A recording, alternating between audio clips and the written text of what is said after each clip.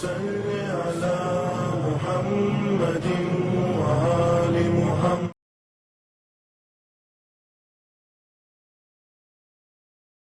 اعوذ باللہ من الشیطان الرجیم. بسم اللہ الرحمن الرحیم. الحمد للہ رب العالمین.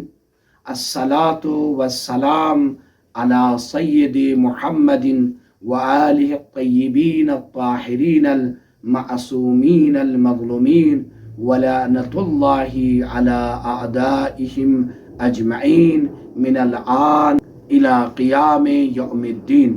اما بعد فقد قال امام جعفر الصادق علیہ السلام عن ابی بصیر عن ابی عبداللہ قال اذا آتیت الحسین فما تقول قلت اشیاء اسمعها من رواة الحدیث ممن سمع من ابیک قال افلا اخبرک عن ابی عن جدی علی بن الحسین کیف کان یصنع فی ذالک. آج زائرین کی تعداد خاص طور سے ایام اربعین میں اگر آپ دیکھیں تو کروڑوں کا مجمع نظر آتا ہے. ہر گروپ، ہر کاروان جو سال بھر میں نہیں آ سکتا ہے وہ بھی اربعین میں آپ کو کربلا میں نظر آتا ہے. زائرین کا ایک سیلاب ہے جو امڑ پڑتا ہے.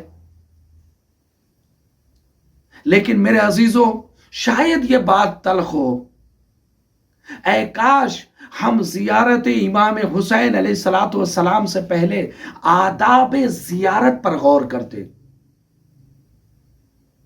میں چونکہ اکثر کاروان میں جاتا ہوں، ملاقات کرتا ہوں، لوگوں سے ملتا ہوں، میں نے دیکھا ہے بہت سے قافلے والوں کو، کاروان والوں کو میں نے زیارت بھی کرائی ہے.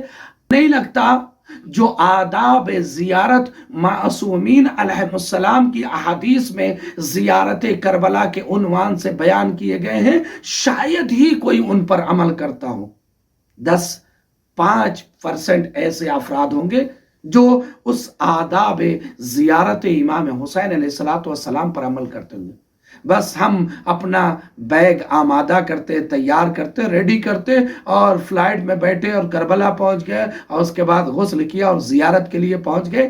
جی نہیں، آداب زیارت امام حسین علیہ السلام کو مد نظر رکھیں اور اس پر عمل کرنے کی کوشش کریں. ابھی بصیر کہتے ہیں کہ میں امام جعفر صادق علیہ السلام کی خدمت میں پہنچا تو امام جعفر صادق علیہ السلام نے مجھ سے کہا کہ اذا آتیت الحسین فما تقول، جب تم زیارت حسین کے لیے جاتے ہو تو کیا کہتے ہو؟ اور روضے کے پاس کھڑے ہو کر کتنے ایسے لوگ ہیں جو یہی نہیں جانتے. بس اگر عربی پڑھنی آتی ہے تو کتاب اٹھایا، زیارت پڑھی اور اس کے بعد 2 رکعت نماز زیارت پڑھی اور چلے آئے. بہت سارے لوگ نہیں جانتے. آج میں وہ باتیں بتانے جا رہا ہوں کہ اگر آپ توجہ سے سنیں اور اس عمل کو انجام دینے کے بعد آپ زیارت کریں تو بے انتہا ثواب بھی ملے گا اور آپ کی کوئی دعا بھی رد نہیں ہو سکتی ہے. آپ کی دعا یقیناً حتماً ضرور قبول ہوگی. مولا کہتے ہیں ابھی بصیر تم کیا کہتے ہو جب امام حسین علیہ السلام کی زیارت کے لیے جاتے ہو، زری کے سامنے کھڑے ہوتے ہو؟ قلت اشیاء اسمعها من رواة الحدیث، مولا میں وہی کہتا ہوں جو میں نے راویان حدیث سے سنا ہے، جو آپ کی حدیثوں کے راوی ہیں، جو میں نے ان سے سنا ہے وہی میں جا کر بیان کرتا ہوں. میں من سمع من ابیک، اور وہ راویان حدیث نے جو آپ کے اجداد سے سنا، آپ کے بابا سے سنا ہے، وہی ہم بھی جاتے ہیں تو امام حسین علیہ السلام کی زیارت کے لیے جب کھڑے ہوتے ہیں تو وہی ہم بھی کہتے ہیں. افلا اخبرک عن ابی عن جدی عن علی بن الحسین، اے ابی بصیر کیا تم نہیں چاہتے کہ میں تمہیں خبر دوں کہ جب کربلا میں میرے جد امام زین العابدین علیہ السلام وارث عزا،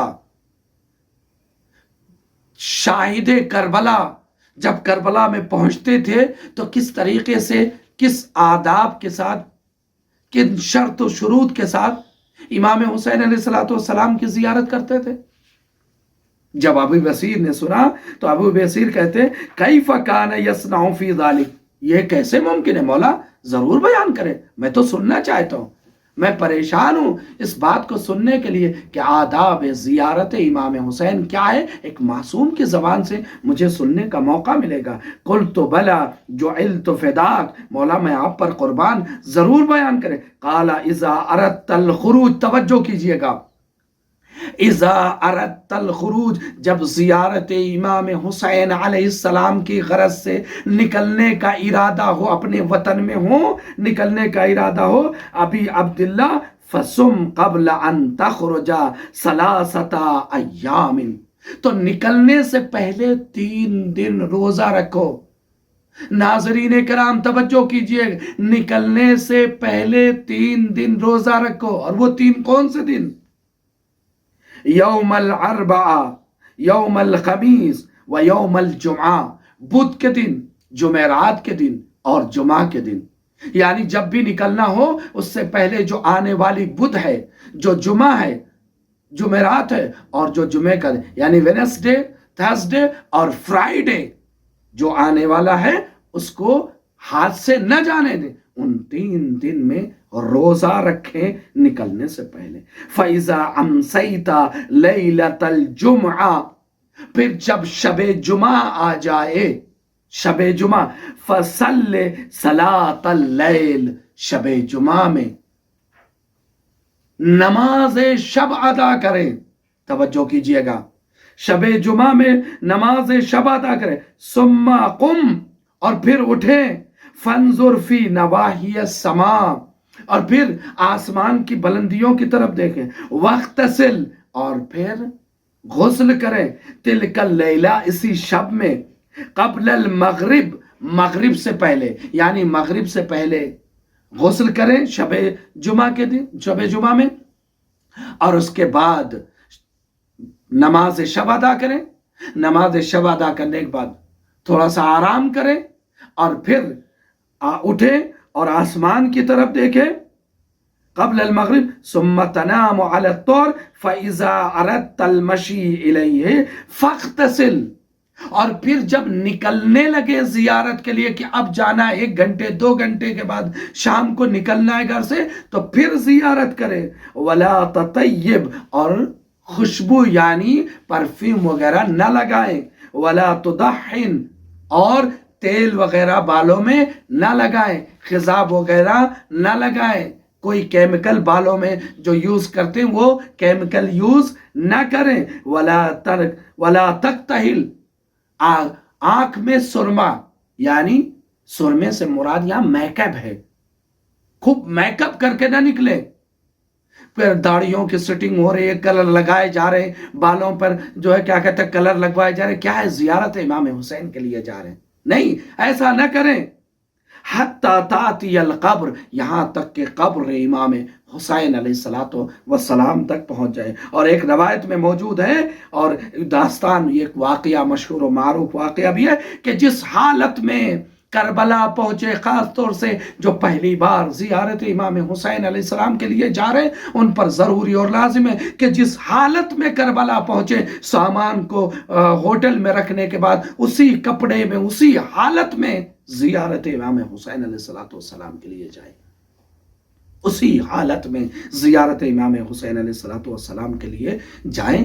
یہ ہے طریقہ زیارت کا۔ جناب جابر ابن عبداللہ انصاری کے بارے میں ملتا ہے کہ جب آپ کربلا میں گئے تو جناب جابر نے جس آداب اور شروط کے ساتھ زیارت کیے وہ یہ ہے کہ آپ نہر فرات کے قریب پہنچے اور آپ نے نہر فرات میں غسل کیا۔ البتہ چونکہ نہر فرات آج میلی ہے، اب اس میں ممکن نہیں ہے غسل کیا جائے، لہٰذا ہم جا کر ہوٹل میں بھی غسل کر سکتے ہیں۔ لہٰذا آپ نے غسل کیا اور اس کے بعد اپنے جوتوں کو اپنے عصا کے ایک کوندے پر باندھا اور اپنے کاندھوں پر رکھا اور ننگے پیر چلتے ہوئے قبر امام حسین علیہ السلام تک گئے۔ لہٰذا ہمیں چاہیے کہ ننگے پیر جائے اور سواری پر بھی نہیں بیٹھے، بلکہ جو لفظ ہے ماشین، پیدل چلتے ہوئے قبر امام حسین علیہ السلام تک گئے۔ لہٰذا اگر کوئی عام دنوں میں جانا چاہتا ہے اور کوشش کرے کہ کربلا کا جو چوک ہے، جو کربلا کا مین وہ ہے، وہیں پر سواری سے اتر جائے،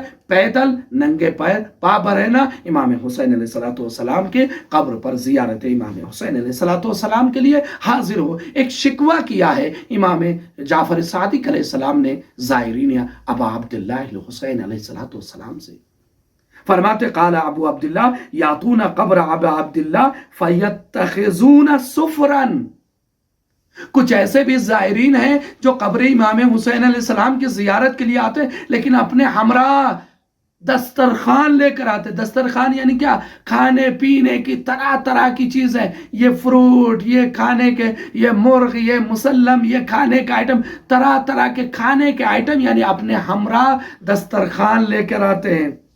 ما انہم لو اتوا قبور آبائہم و امہاتہم لو یفعلوا، اللہ اکبر۔ مولا کہتے ہیں مجھے بتاؤ کیا وہ اپنے والدین، اپنی ماں، اپنے باپ کے قبر پر جاتے تو اسی طریقے سے جاتے کہ کھانے پینے کا مکمل طرح طرح کی مرغن غذائیں لے کر جاتے؟ لوگ زیارت امام حسین کے لیے آ رہے ہیں، پکنک منانے تھوڑی آ رہے ہیں۔ لہذا مولا فرماتے کہ لوگ دسترخوان لے کر جاتے ہیں زیارت امام حسین کے لیے، اور ابھی پریشان ہو گئے مولا پھر کیا کھائیں؟ سوال کرتا ہے، فرمایا لم يفعلوا ذلك قلت فأي شيء يأكلون قال الخبز واللبن، اس نے کہا مولا پھر کیا کھائیں؟ مولا فرماتے جب قبر امام حسین کی زیارت کے لیے کربلا جاؤ تو روٹی اور دودھ کا استعمال کرو۔ خب یہ غذائیں اس زمانے کی اچھی غذا تھی، اس زمانے میں لوگ کھا لیتے تھے، آج نہیں کھا پائیں گے، پھر کیا کریں مولانا صاحب؟ کھانا ہی چھوڑ دیں؟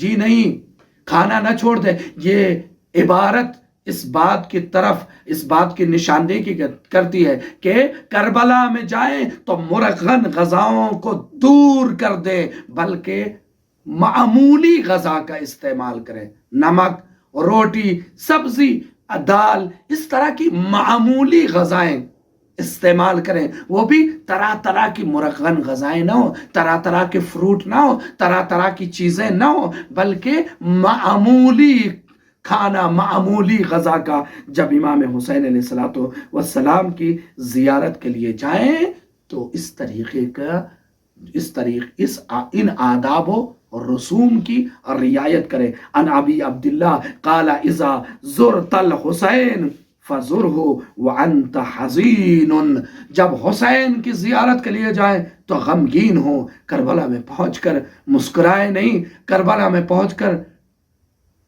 کھلکھلائے نہیں، بلکہ کربلا میں زیارت حسین کے لیے خاص طور سے جب ہوٹل سے نکلے تو غمگین ہو، مکروب، پریشان ہو، اشعث مغبر جائع عطشان واسألہ الحوائج، بھوکے ہوں، پیاسے ہوں، پریشان ہوں، چہرے کا رنگ اڑا ہوا ہو، بال بکھرے ہوئے، یہ ہے زیارت حسین کے آداب۔ واسألہ الحوائج، اور امام حسین کی زیارت کے بعد بہت سارے لوگ کہتے مولانا میں کربلا میں پہنچنے کے بعد میرا دل کچھ نہیں چاہتا کہ حسین پر اتنی مشکلیں پڑی، حسین پر اتنی مشکلیں پڑی، حسین پر اتنا ظلم کیا گیا، کربلا میں ان تمام جفاؤں کے ہونے کے بعد کربلا تو غم کی جگہ، وہاں پر کھڑے ہو کر حسین سے بیٹا مانگے، حسین سے رزق و روزی میں اوساط مانگے، حسین سے یہ مانگے، حسین سے وہ مانگے، میرا دل گوارا نہیں کرتا مولانا صاحب، میں نہیں مانگتا کچھ مولا کی بارگاہ میں۔ جی نہیں، مولا فرماتے ہیں کہ جب جاؤ تو اس کنڈیشن میں جاؤ، اور پھر اپنے حوائج یعنی اپنی حاجتوں کو امام حسین علیہ السلام کے واسطے اور وسیلے سے طلب کرو۔ وانصرف ولا تتخذہ وطنا، اور پھر اس کے بعد زیارت کے بعد نکل آؤ،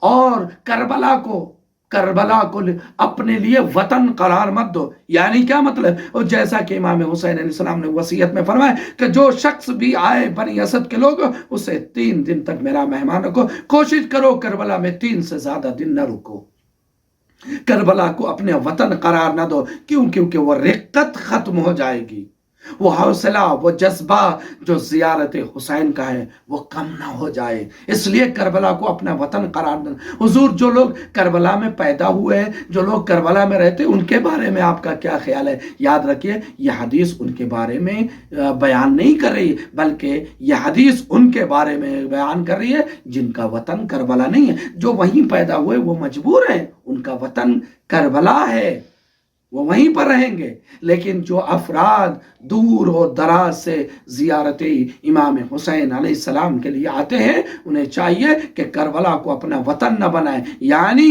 عام زندگی کربلا میں نہ رکھے کہ تمہارے دلوں سے کربلا کی عظمت کم ہو جائے، تمہاری آنکھوں سے کربلا میں امام حسین کے روزے کو دیکھنے کے بعد جو آنسو ہوتے ہیں، جو اشکوں کا دریا رواں ہوتا ہے، وہ ختم ہو جائے۔ اس لیے عام زندگی کربلا میں گزارنے کی کوشش نہ کرو، اور اسی طریقے سے کربلا کو اپنا وطن قرار نہ دو۔ یہ وہ آداب اور شرط و شروط تھے کہ جب زیارت کربلا کو جائیں تو ضرور ان آداب کی رعایت کرے۔ زیارت امام حسین علیہ السلام کا ثواب دو بالا اور دو گنا ہو جائے گا۔